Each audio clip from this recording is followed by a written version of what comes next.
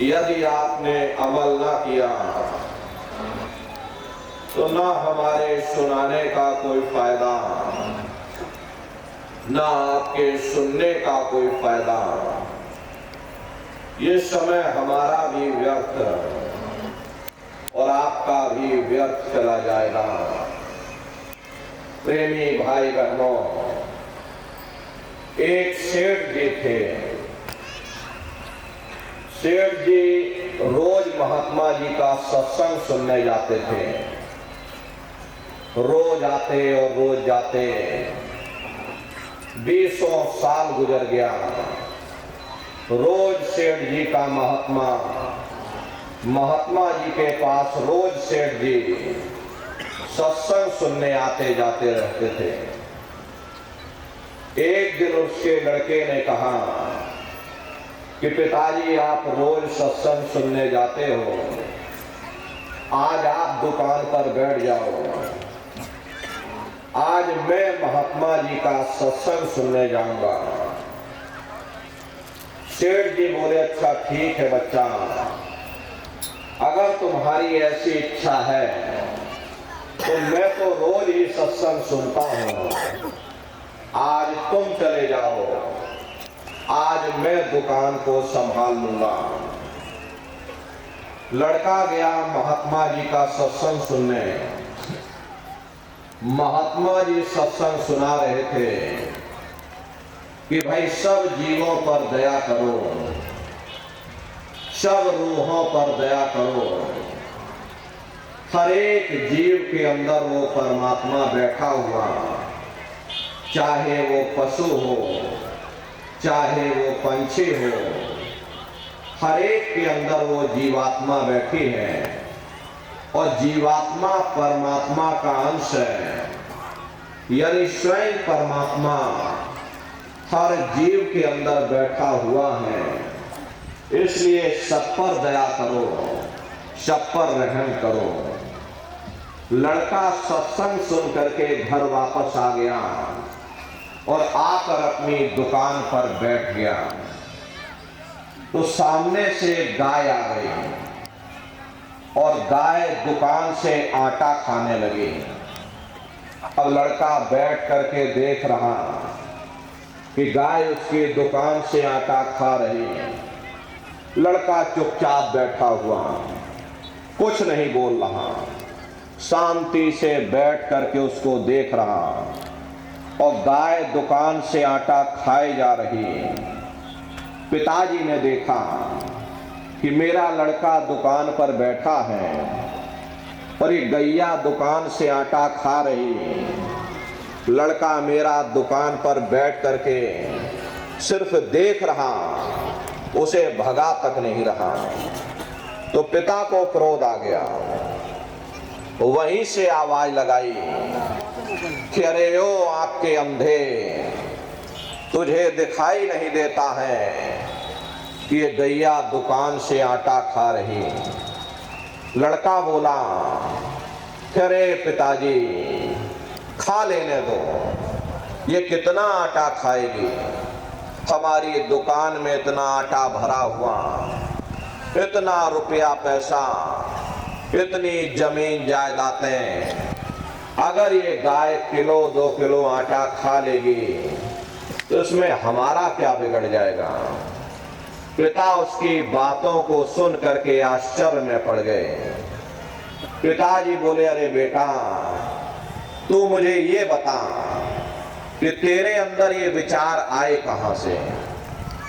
तो लड़का बोला, मैं कल महात्मा जी का सत्संग सुन के आया और महात्मा जी सत्संग में सुना रहे थे कि भाई सब जीवों पर दया करो, सब रूहों पर दया करो, हर एक जीव के अंदर परमात्मा है, इसलिए सब पर दया करो, सब पर रहम करो। पिताजी बोले, अरे बेटा, तू मुझको देख, मैं रोज सत्संग सुनने जाता हूँ, 20 साल हो गए सत्संग सुनते सुनते, लेकिन सत्संग की बातों को कभी अपनी दुकान पर ले करके नहीं बैठता। रोज सत्संग सुनने जाता हूँ, और धोती झाड़ करके फिर वापस चलाता। प्रेमी भाई बहनों, यही हालत हम लोगों की है। हम लोग सत्संग तो सुनते हैं, रोज सत्संग सुनते हैं और सुन करके फिर अपने घरों की तरफ लौट जाते, सत्संग की बातों को भूल जाते, न उस पर विचार करते हैं, न उस पर अमल करते हैं। इसलिए प्रेमी भाई बहनों, हमारी आपसे प्रार्थना है, ये सत्संग है, ये कोई कथा और कहानी नहीं है, ये किस्से और कहानियां नहीं, ये ढोलक मजीरा नहीं, ये नाच और गाना नहीं, ये महात्माओं की अजर अमर वाणियां हैं।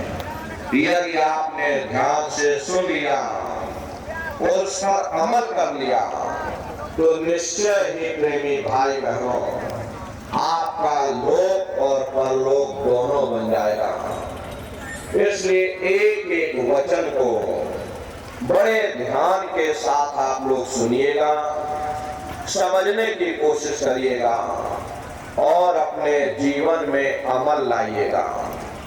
संतों महात्माओं के सत्संग में कभी किसी जात और बिरादरी, किसी कौम या मजहब या किसी भी व्यक्ति विशेष की कभी कोई निंदा, चुगली, आलोचना या किसी की बुराई नहीं की जाती। अरे नर नारियों, यह तो बड़ी गलत बात है कि अगर हमारी अकल के मुताबिक कोई उस मालिक की भक्ति नहीं करता तो हम डंडे और तलवारें दिखाना शुरू कर देते, उसे डराना और धमकाना शुरू कर देते। अरे हमें तो उसे प्रेम से समझाना चाहिए कि भाई इस रास्ते पर चल करके हमारा ये फायदा हुआ, अगर तुम्हारी अकल में आता है तो तुम भी इस रास्ते पर चल करके अपना फायदा उठा सकते। सत्संग कैसे जानिए जित एक नाम वखान। सत्संग वह जगह है जहां केवल शब्द या नाम का प्रचार किया जाता, मालिक से मिलने का प्रेम और प्यार पैदा किया जाता। इसीलिए प्रेमी भाई बहनों, संतों महात्माओं के सत्संग में कभी किसी जात और बिरादरी, किसी कौम या मजहब या किसी भी व्यक्ति की कभी कोई निंदा, चुगली, आलोचना या किसी की यहाँ बुराई नहीं की जाती। अरे नर नारियों, जब हम लोग इस संसार में पैदा हुए तो ना कोई जात और बिरादरी लेकर के आया, ना कोई कौम या मजहब लेकर के आया, न कोई अपना नाम लेकर के आया। सिर्फ नंगे रोते हुए हम लोग इस संसार में पैदा हो गए। बाद में जो औजार उस परम पिता परमात्मा ने बख्शे, मन, बुद्धि और चित्त, उससे जब हमारे अंदर चेतना आ गई तब हमारा नाम पड़ गया, कर्म के अनुसार हमारी जाति बन गई। धीरे धीरे हमारा फैलाव दुनिया में होता चला गया। हमने बाल बच्चे बना लिए, हमने रिश्ते नातेदार बना लिए, हमने कुटुंब परिवार वाले बना लिए, हमने ये जमीन और जायदाद हासिल कर ली और इसको अपना समझ करके हम आप यहीं पर बैठ गए। फिर जब जाने का वक्त आया तो फिर आपको यहाँ से खाली हाथ भेज दिया गया। न आपके साथ आपका नाम गया, न आपके साथ जात और बिरादरी गई, न आपके साथ ये जमीन और जायदाद गई। अरे जिस छाया को प्राप्त करने के लिए आपने अपना पूरा जीवन गुजार दिया, तो ना माया हाथ में आई और ना छाया हाथ में आई, खाली हाथ आए थे और खाली ही हाथ आपको यहाँ से वापस भेज दिया गया। कहने का मतलब यह है कि उस परम पिता परमात्मा ने अति दया और कृपा करके आपको ये मनुष्य शरीर दे दिया, ये मानव तन दे दिया और आपको स्वतंत्र कर दिया गया कि भाई मैंने तुमको ये मनुष्य शरीर दिया है तुम्हारी जीवात्मा के रहने के लिए। मैं तुम्हारी जीवात्मा को इस मनुष्य शरीर में बंद करता हूं। तुम मेरे मकान के द्वारा उस मालिक की भक्ति करके अपनी जीवात्मा का कल्याण करा लेना। मैंने कुछ समय के लिए तुमको ये किराए का मकान दिया है। जब समय पूरा होगा मैं अपने सिपाहियों को भेजूंगा, उस समय पर तुम मेरे मकान को खाली कर देना। उस समय न जमीन जायदाद काम आएगी, न जात और बिरादरी काम आएगी। मन को, बुद्धि को, चित्त को और जीवात्मा को निकाल करके इस शरीर से बाहर कर दिया जाएगा। ये शरीर आपका यहीं जमीन पर गिर पड़ेगा, क्योंकि जीवात्मा के निकल जाने के बाद में ये शरीर सिर्फ एक माटी का पुतला है, उससे ज्यादा कुछ भी नहीं। आप इस मिट्टी के पुतले को ले जाकर शमशान भूमि पर जला करके राख कर दोगे। अरे आपकी कौम, आपका मजहब, आपकी जात और बिरादरी, आपका ये नाम उसे शमशान भूमि पर जल करके राख हो जाएगा। जिस जात और बिरादरी के लिए हम लोग लड़ते और झगड़ते थे, जिस धन दौलत को पाने के लिए हमने आपने न जाने कितने बुरे खोटे कर्म किए, तो मौत के समय में न ये जात और बिरादरी काम आई, न ये धन दौलत काम आया, सब कुछ हमारा यही छूट गया और जीवात्मा को ले जाकर के ऊपर धर्मराज की कचहरी में पेश कर दिया गया। पलक झपकते ही तुम्हारे अच्छे बुरे कर्मों का हिसाब किताब हो जाएगा। धर्मराज तुमको सजा सुना देंगे, ले जाओ इनको फलाने नरक में डाल दो, क्योंकि मैंने इनको मौका दिया था, मैंने इनको मनुष्य शरीर दिया था। यह की बार गीता रामायण को पढ़ करके, उन धर्म पुस्तकों को पढ़ करके, किसी संत महात्मा की खोज करके, उनके बताए हुए रास्तों पर चल करके, उस मालिक की भक्ति करके अपनी जीवात्मा का कल्याण करा लेना। इस उद्देश्य के लिए मैंने इनको मनुष्य शरीर दिया था, लेकिन इन्होंने अपना उद्देश्य पूरा नहीं किया। जब जब ये मनुष्य शरीर में आए, कभी इन्होंने विचार ही नहीं किया कि आखिर ये मनुष्य शरीर हमको क्यों मिला, क्या इसका उद्देश्य है, मरने के बाद हम कहाँ जाएंगे, हमारे बाल बच्चे कहाँ जाएंगे, हमारे रिश्ते नातेदार कहाँ जाएंगे, हमारे कुटुंब परिवार वाले कहाँ जाएंगे और क्या उनकी हालत होगी। ये पराविद्या महात्माओं की पराविद्या है।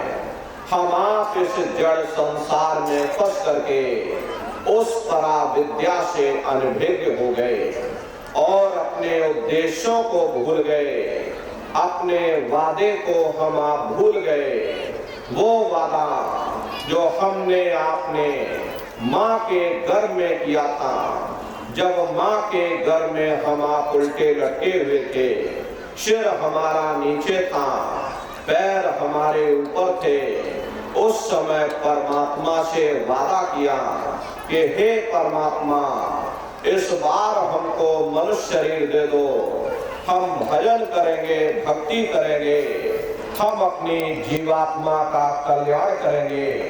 लेकिन मनुष्य शरीर मिलने के बाद में ना आपने भजन किया ना भक्ति की, बस माया की छाया में फंस करके इस मिथ्या जगत को अपना मान करके हम आप इसी में गोता खा रहे हैं। हरे नर नारियों, इसीलिए संत महात्मा हम दुनिया के जीवों को इस भव सागर से निकालने के लिए, इस संसार रूपी समुद्र से जीवात्माओं को निकालने के लिए संत महात्मा इस धरती पर अवतरित होते हैं। और संत महात्मा जीवों को समझाने की कोशिश करते कि भाई हम आए वही देश से जहां तुम्हारा धाम और तुमको घर पहुंचावना एक हमारा काम। हम उसी देश से आए हैं जिस देश के तुम रहने वाले हो, परंतु तुम अपने सच्चे देश को छोड़ करके इस झूठे काल और माया के देश में फंस गए। हरे नर नारियों, यह देश तुम्हारा देश नहीं, तुम्हारा देश सचखंड है। ये कौम तुम्हारी कौम नहीं, तुम्हारी कौम सतनाम है। और ये जीवात्मा उस सतनाम रूपी समुद्र की बूंद है। इस बूंद को समुद्र से मिलाओ, यानी इस जीवात्मा को उस परमात्मा से मिलाओ। महात्मा प्रेम से समझाते हैं कि भाई वो परमात्मा है, वो आपको मिलेगा, जीते जी मिलेगा, इसी मनुष्य शरीर में मिलेगा। इसी मनुष्य शरीर के अंदर जा करके परमात्मा से मिलने का वह एकमात्र दरवाजा है। उस दरवाजे का भेद केवल संतों महात्माओं को ही प्राप्त है। ये दुनिया के लोग, दुनिया की आवाम जनमानस दुनिया के ज्ञान को पढ़ करके अहंकार में डूबे रहते हैं कि हमसे बड़ा कोई ज्ञानी नहीं। लेकिन उन बेचारों को नहीं मालूम कि जहां दुनिया का ज्ञान समाप्त होता है, उसी के सिर की चोटी से ये आध्यात्मवाद, आत्मा और परमात्मा का ये गूढ़ ज्ञान, रहस्य विज्ञान प्रारंभ होता। उस विज्ञान को पाने के लिए सबसे पहले यह जरूरी है कि पहले आप मानवतावादी बनो, मानव धर्म और मानव कर्म को अपनाओ। हरे मानव धर्म क्या है कि इंसान इंसान के काम आवे, एक दूसरे की निस्वार्थ भाव से सेवा करे, सत्य, दया, अहिंसा, परोपकार आदि गुणों को अपने जीवन में उतार करके और किसी संत महात्मा की खोज करके उनके बताए हुए रास्तों पर चल करके उस मालिक की भक्ति करके अपनी जीवात्मा का कल्याण करा ले। यही इंसान का सबसे बड़ा मानव धर्म है। लेकिन आज इस कलिकाल में ये दुनिया की आवाम जनमानस विषय विकारों में, शराब और कबाबों में, मांस और मदिरा में सुख ढूंढने की कोशिश कर रहे। ये चरित्र पतन जैसे कार्यों को अपना करके ये आवाम जनमानस कैसे सुखी हो सकती। पहले अपने चरित्र जैसे धन को इकट्ठा करो, क्योंकि चरित्र ही सब कुछ है। चरित्र ही मानव धर्म की पूंजी है। जो इंसान अपने इखलाक ईमान को बरकरार रखता, वही इंसान चरित्रवान है। ये दुनिया भर के रगड़े झगड़े, पिता पुत्र में लड़ाई, आदमी औरत में लड़ाई, घर परिवार में लड़ाई, समाज में लड़ाई, जातियों में लड़ाई, मुल्क में लड़ाई। हरे नर नारियों, ये इंसानों का काम नहीं, ये हैवानों का काम है। इसलिए पहले आप इंसान बनो, चरित्रवान बनो, महात्माओं के समीप आओ, वे जो दया का प्रसाद दें उसे खुशी खुशी लेकर के अपने निज घर को जाओ, जहां न फिर जन्मना है और ना ही फिर मरना। इसीलिए हमारे गुरु महाराज परम संत बाबा जय गुरुदेव जी महाराज ने आवाम जनमानस के बीच में ये आवाज लगाई है कि ऐ इंसानों, तुम अपने दीन ईमान पर वापस आ जाओ और इस जिस्मानी मंदिर में बैठ करके भगवान का सच्चा भजन करो, जिससे तुम्हारी जीवात्मा नरकों में जाने से बच जाए। अरे हम माने ना माने, लेकिन संत महात्मा त्रिकालदर्शी होते हैं, वे सब कुछ जानते हैं। अगर हम उनके वचनों को मान जाएंगे तो हम लोग बच जाएंगे, नहीं तो खाई और खंदक में जाकर गिर जाएंगे। इसीलिए अभी वक्त है उस मालिक से सच्ची प्रार्थना करने का, खुदा के सामने अपने गुनाहों की माफी मांगने का, धर्म मजहब के नाम पर लड़ने झगड़ने का नहीं, जात और बिरादरी के नाम पर लड़ने झगड़ने का नहीं। अरे हमने बहुत लड़ लिया, बड़े बड़े झगड़े और फसादे की, बड़े बड़े नुक्ताचीनी की, सिवाय नफरत के हमको क्या मिला। नफरत की ऐसी ज्वाला जली जिसमें घर जल गया, परिवार जल गया, समाज जल गई, जातियां जल गई, अब सारा देश जल उठा। इसीलिए सारी मानवता बहुत थक गई। हर कोई ऐसी छांव चाहता है जहां उसे ठंडक मिले, शांति और सुकून मिले। ये सब वहीं मिल सकते हैं जहां शांति के संदेश होते, सुकून के संदेश होते, मानव धर्म और मानव कर्म के संदेश होते। और ये संदेश केवल संत महात्मा फकीर देते हैं, जो समदर्शी होते हैं, जो समस्त जीवों के अंदर उस प्रभु के अंश को देखते हैं। ऐसे समदर्शी उन महात्माओं की खोज करो। ये मत देखना कि महात्मा के जाति के हैं, महात्मा किस बिरादरी के हैं। हर जातियां कर्म के अनुसार बनाई गई, जन्म के अनुसार नहीं।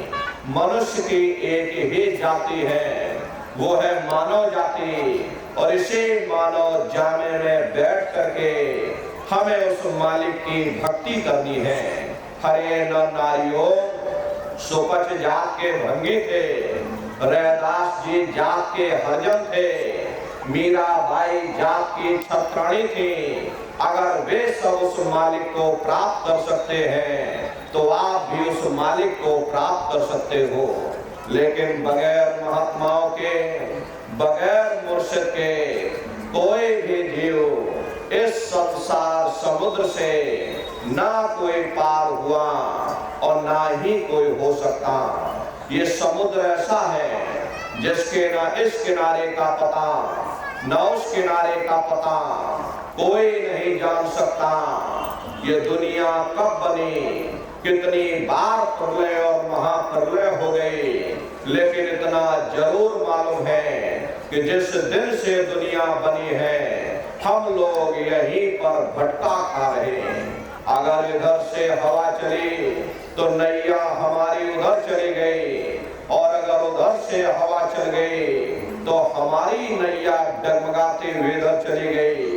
न जाने कितने युग और कल्प बीत गए, लेकिन हमारी ये नैया आज तक इस भव सागर से किनारे नहीं लगी। इसलिए नर नारियों, सौभाग्य से वक्त का इतना बड़ा वरदान आपको मिला, ये मानव तन आपको मिल गया। न जाने किस महात्मा की दया हो गई, न जाने कौन से जन्म जन्मांतरों के शुभ पुण्य कर्म उदय हो गए, जो आपको ये मनुष्य शरीर मिल गया। हर अब की बार मौका मिल गया है, समय रहते हुए अपनी जीवात्मा के कल्याण के लिए थोड़ा बहुत विचार करिएगा। वरना ये समय तुम्हारा निकलता चला जा रहा। हरे मिले न देह या तुमको, बनाओ काज कुछ अपना, बचो मत आए इस जग में, जानियो रैन का सुपना। हरे नर नारियों, जैसे रात में हम लोग स्वप्न देखते हैं, हालांकि उस समय पर हमें स्वप्न सच मालूम पड़ता, असली प्रतीत मालूम होता, लेकिन जब हम सुबह उठते हैं, जब हमारी आंखें खुलती हैं, तब हमें होश आता है कि नहीं भाई, हम तो स्वप्न देख रहे थे, ये सब भ्रम है। ठीक उसी प्रकार से ये दुनिया भी 10-20-100 साल का स्वप्न है। अब आप कहोगे हम जाग रहे हैं, परंतु प्रेमी भाई बहनों, ऐसा हरगिज नहीं है। जिस दिन मौत का वक्त आएगा, अरे आप रोगे, हाय हाय करके चिल्लाओगे कि हाय हमने सारी जिंदगी यूं ही स्वप्न में गुजार दी, जागने का समय तो अभी आया था, जो कुछ करना था भी करना था। लेकिन प्रेमी भाई बहनों, अब पछताए होत क्या, जब चिड़िया चुग गई खेत। महात्मा प्रेम से जीवों को समझाते हैं कि भाई देह और द्वेष सब झूठा, भरम में काहे को कपना, ये घर बार हमारा अपना नहीं, हरे पराया देश है, ये सराय खाना है, ये मुसाफिर खाना है, ये शरीर भी तुम्हारा अपना नहीं, ये भी काल का पिंजरा है, किराए का मकान है, पराया मकान है। किसी को 40-50 साल के लिए मिला, किसी को 80-90-100 साल के लिए मिल गया। हरे जितने जितने श्वास उस मालिक ने बख्शे हैं, उसे भुगतने के बाद में हमें शरीर को यही छोड़ जाना। श्वास दुधारा नित्य ही जाली, एक दिन खाली चाम। हरे प्रेमी भाई बहनों,